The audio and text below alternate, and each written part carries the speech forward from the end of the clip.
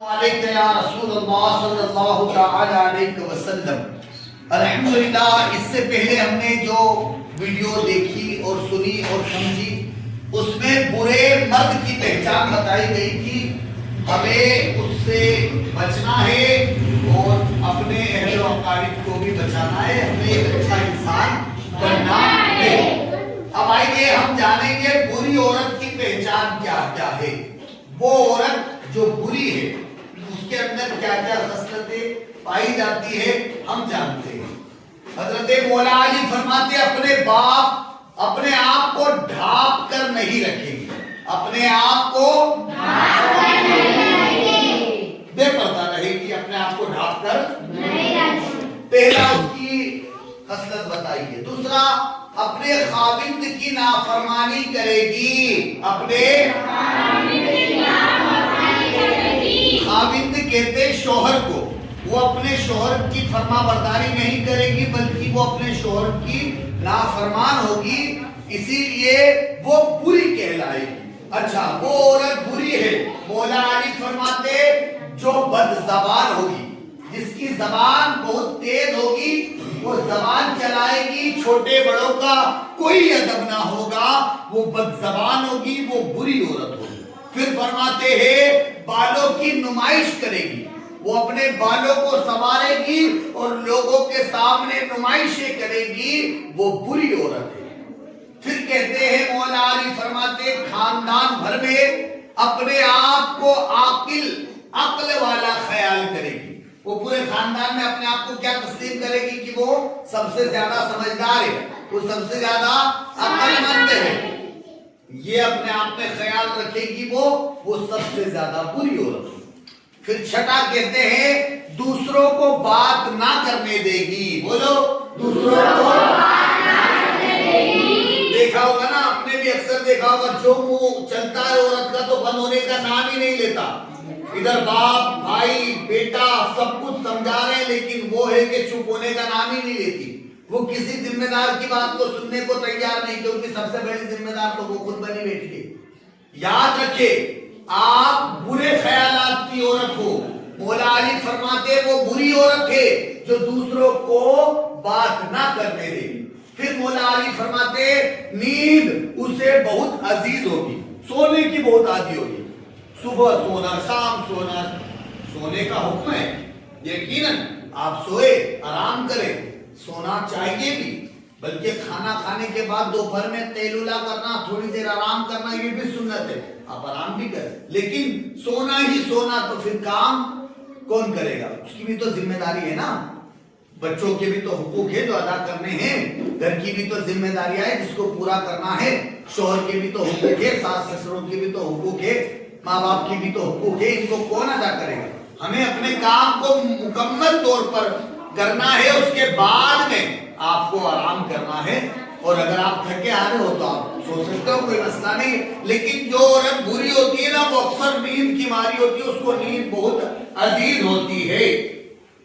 آگے بڑھتے ہم، کہتے ہیں مولا علی فرماتے اپنی آواز کو بہت بلند کر کے باتیں کرے گی، کیسی باتیں کرے گی؟ اپنی آواز کو بہت بلند کر کے باتیں کرے گی، جبکہ عورت کی آواز بھی عورت ہے، بتایا عورت کی آواز بھی عورت ہے، ہاں عورت کا مطلب ہوتا ہے چھپانے والی چیز، اور اس کی آواز بھی عورت ہے۔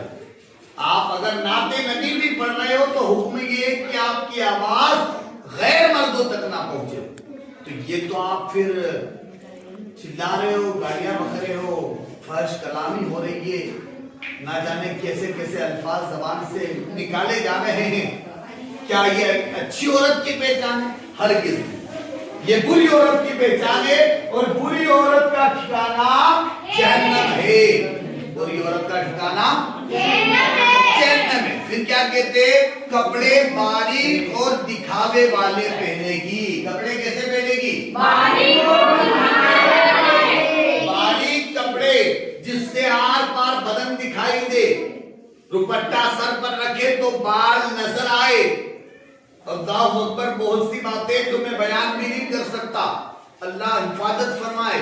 یاد رکھے لباس وہ ہوتا ہے جو بدن کو ڈھانکتا ہے. لباس جو بدن کو نہ ڈھانکے وہ لباس ہی نہیں کہلائے گا. ایسا دوپٹہ کہلانے کے لائق نہیں ہے، بلکہ وہ دوپٹے کے نام پر دھبا ہے جس سے جسم نظر آئے.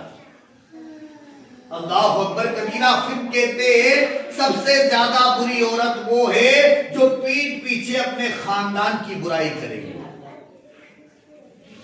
جو پیٹھ پیچھے اپنے خاندان کی برائی کرے گی. یاد رکھے خاندان، رشتہ دار، دوست، احباب، یہاں تک کہ شوہر، بچے، کوئی غلطی اگر ہو بھی جائے نا تو نظر انداز کرو، سمجھوتا کرو، ان کے ساتھ حسن سلوک کرو.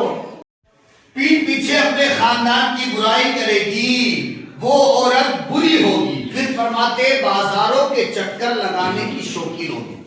آئے دن بس بازار. ٹھیک ہے، ضرورت ہے جائے بازار میں، ضرورت ہے جائے پردے کے اہتمام کے ساتھ بازار جائے، اپنا کام کرے اور واپس آئے، لیکن رات دن بس بازار.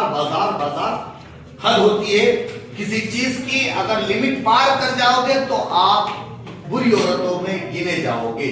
یہ تمام 11 باتیں بری عورتوں کی خصلتیں تھی جو مولا علی نے فرمائی ہے. پھر مولا علی فرماتے تمہاری نفس کی قیمت جنت ہے. تمہاری نفس کی قیمت جنت ہے اور اسے جنت سے کم قیمت پہ نہ بیچنا.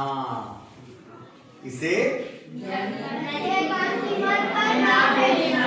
نفس کو مت بیچنا. جنت سے کم قیمت میں ہرگز اپنے نفس کو مت بیچنا. تمہارے نفس کی قیمت جنت ہے. پھر کہتے ذلت اٹھانے سے بہتر ہے تکلیف اٹھاؤ. ذلت اٹھانے سے بہتر ہے تکلیف اٹھاؤ. ذلت مت اٹھاؤ، تکلیف اٹھا لو گے وہ چلے گا. ٹھیک ہے. پھر کہتے ہیں کہ اپنی جسمانی طاقت اور بولے دولت پر بھروسہ نہ کرنا، کیونکہ بیماری اور غریبی آنے میں دیر نہیں لگتی. بیماری اور غریبی آنے میں دیر نہیں لگتی. اس لیے دولت پر اور اپنی طاقت پر کبھی غرور مت کرنا، کبھی گھمنڈ مت کرنا اور کبھی بھروسہ مت کرنا. یہ آج ہے کل کا کوئی بھروسہ نہیں. دولت آج ہے کل کا کوئی. پھر کہتے ہیں انسان مایوس اور پریشان اس لیے ہوتا ہے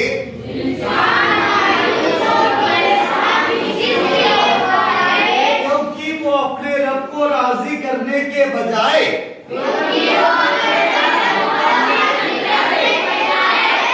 لوگوں کو راضی کرنے میں لگا رہتا ہے. انسان پریشان مایوس کیوں ہوتا ہے؟ کیونکہ وہ خدا کو راضی کرنے کے بجائے لوگوں کو راضی کرنے میں لگا ہے. اگر وہ خدا کو راضی کرنے میں لگ جائے یقین جانے دنیا اس سے راضی ہو جائے. اللہ ہم سب کو عمل کی توفیق عطا فرمائے. آگے اور مولا علی کے اقوال بہت پیارے پیارے جو آئیں گے ہم انہیں بھی سنیں گے اور عمل کرنے کی کوشش کریں گے. اللہ سب کو عمل کا جذبہ دے پرہیزگار بنائے. السلام علیکم.